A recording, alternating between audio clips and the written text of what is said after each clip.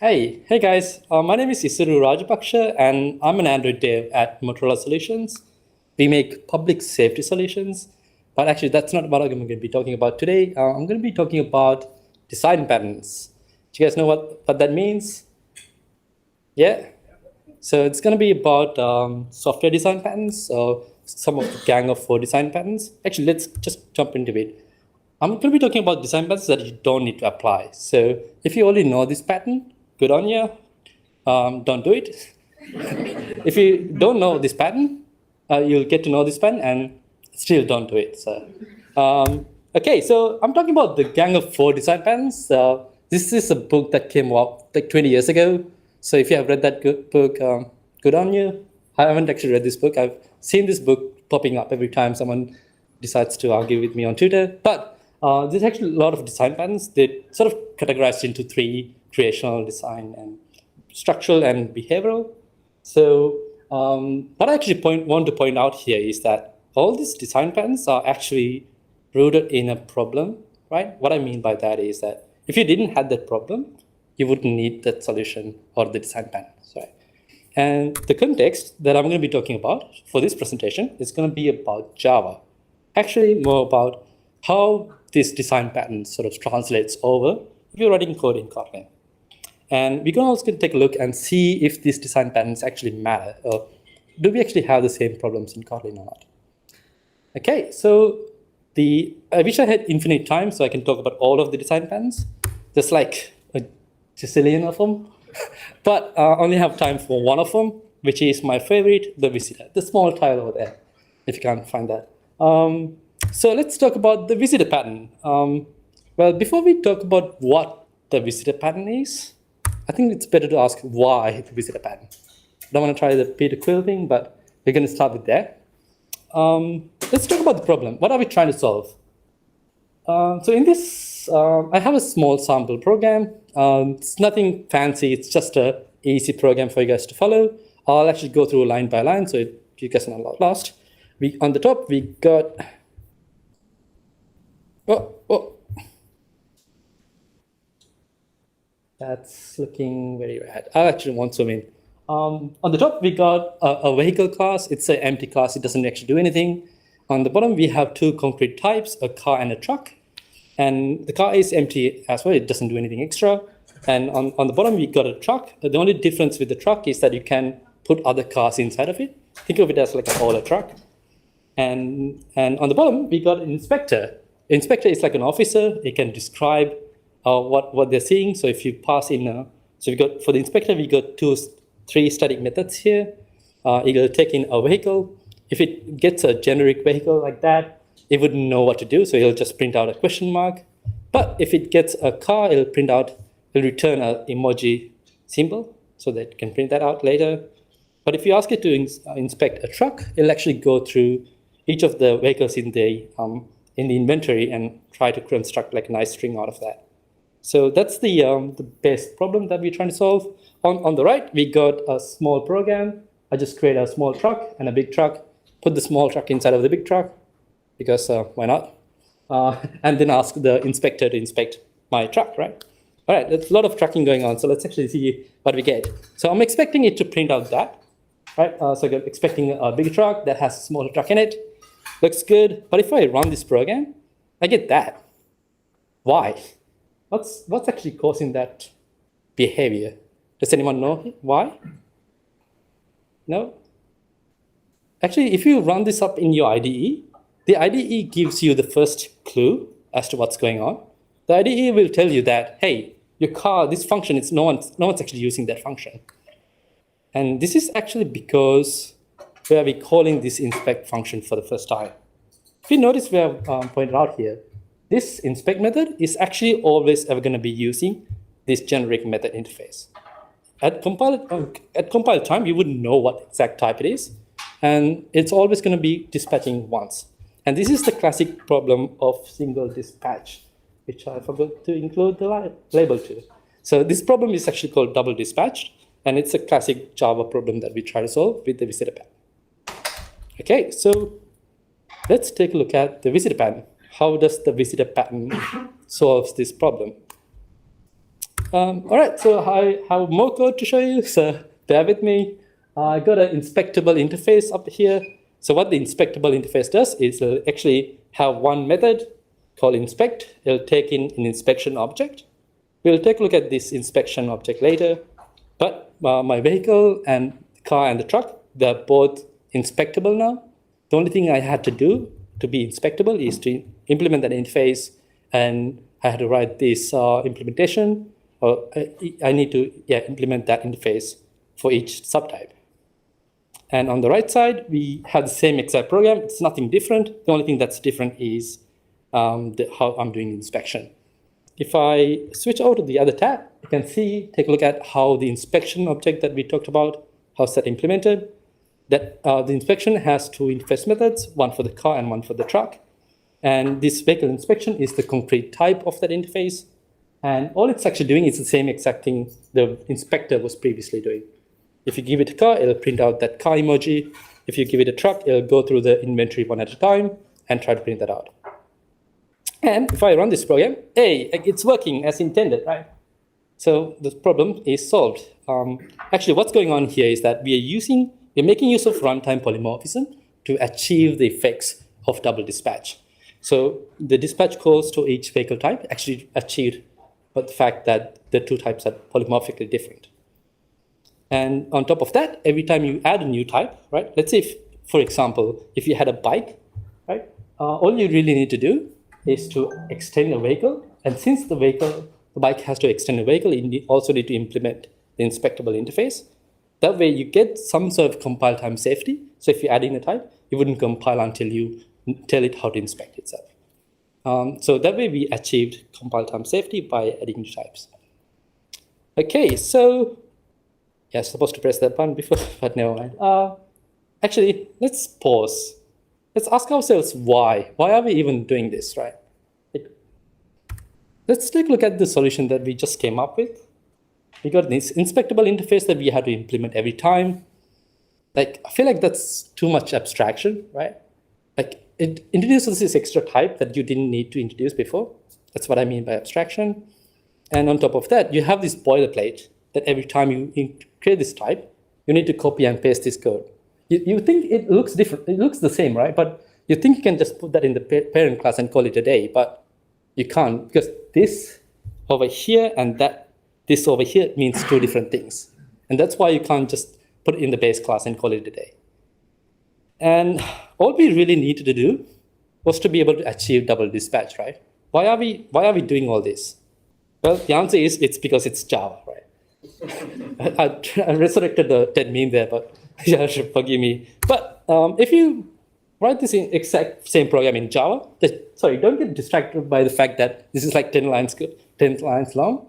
That's not the point I'm trying to make. If we read the same class in Kotlin, what I've done here is I've created a seal class to represent a vehicle, and I got two concrete types called the car and the truck. It does the same thing as before. And I've also written the same write program in the same class because Kotlin can do that. I've created a small truck and I've created a big truck, put the small truck inside of the big truck. And instead of an inspection type, now I have an inspection function. What the function does, it will take in a vehicle, and I'm using a switch statement here in Kotlin, and I'm also checking the type. And the key thing here is that actually, if you run this program, you get that same output. So problem solved. And the key thing here is that when you get to this point here, the compiler already knows that you already did the type check ahead of time, and it's going to do the smart cast and let you, from this point onwards, if you try to invoke vehicle, that's going to be type of a truck within that block. And I'm also using a seal type up here. So what that does is that every time I introduce an extra type, I'm actually letting the compiler know that these are the only possible subtypes this particular interface could have. Why is this important? This is because in Kotlin, switch statements are exhaustive by default. That's actually only true for 1.7. But what that means is that if I add an extra type like the bike, it wouldn't let me compile until I handle the bike down here in the switch statement. So I did everything I wanted to do. I handled the type checks. I'm visiting each type, each node, and I didn't need a pattern, right? So you don't actually need the visitors if you're writing code in Kotlin. All you just needed was just a smart cast combined with the seal type hierarchy. And the compiler pretty much handles the rest for you. This is not unique to Kotlin, right? If you had access to Java 16, you would also get seal types and pattern matching switch expressions. And you can do the same thing. You wouldn't need a visitor pattern to solve that same issue.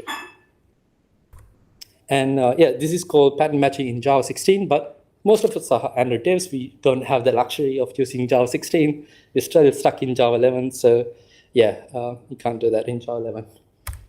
And yeah, so that's just one out of all the patterns. I encourage everyone here to actually revisit some of these patterns if you've learned it in the past. Some of these patterns, actually all of these patterns, wouldn't have, you wouldn't actually need these patterns if you're writing in Kotlin. I have a version of this presentation going through each and every pattern there is, trying to disprove them in a way. But I don't have the time to do that all today. But what we did was that we, hopefully, if you already know about the visitor pattern, you would know that you don't need to apply that. But if you didn't know about the visitor pattern, you don't have to. So that's it. Thank you.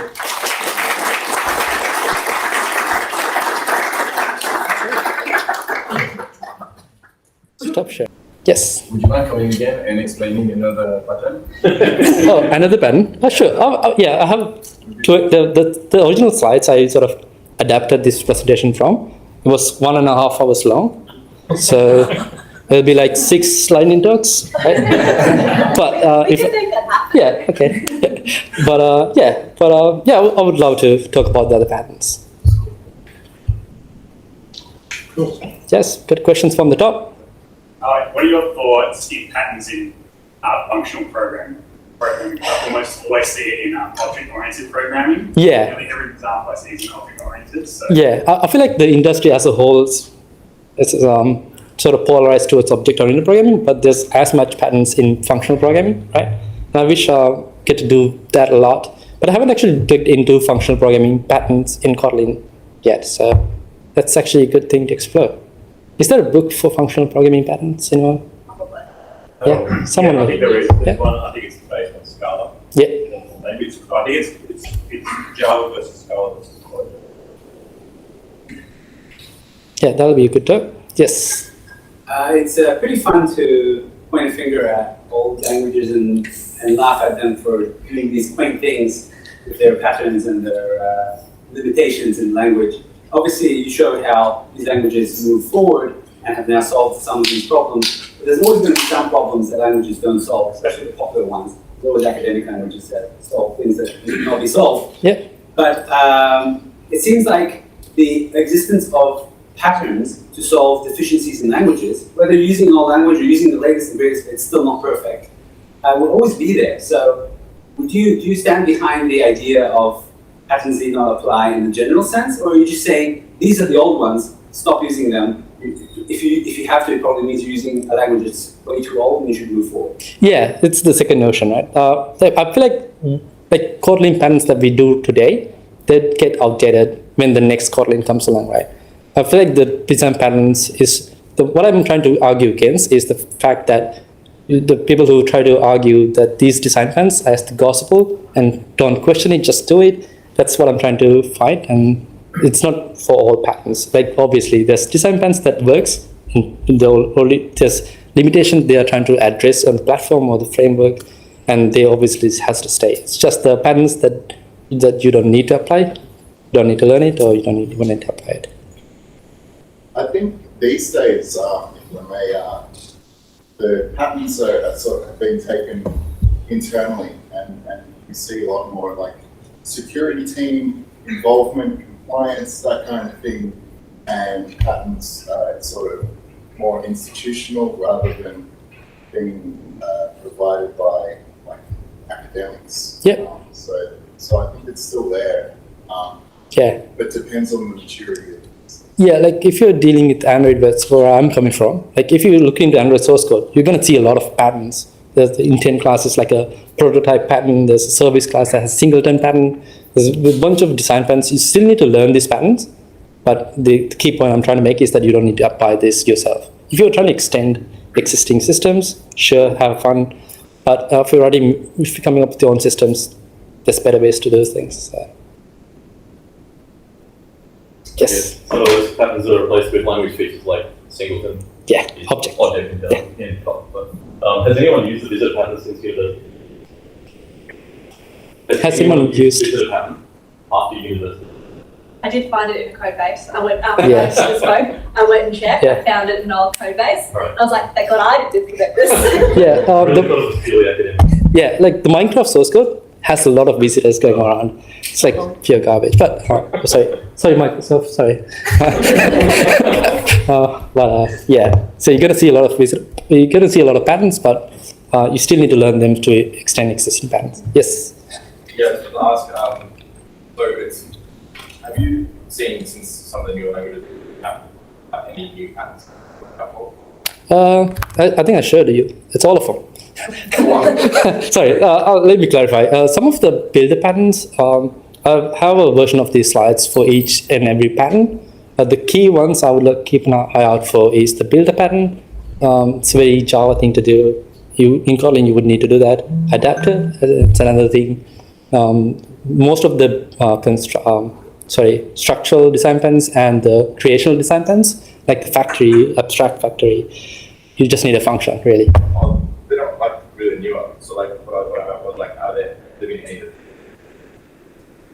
I haven't actually looked into it. I don't know the newer design patterns. Okay.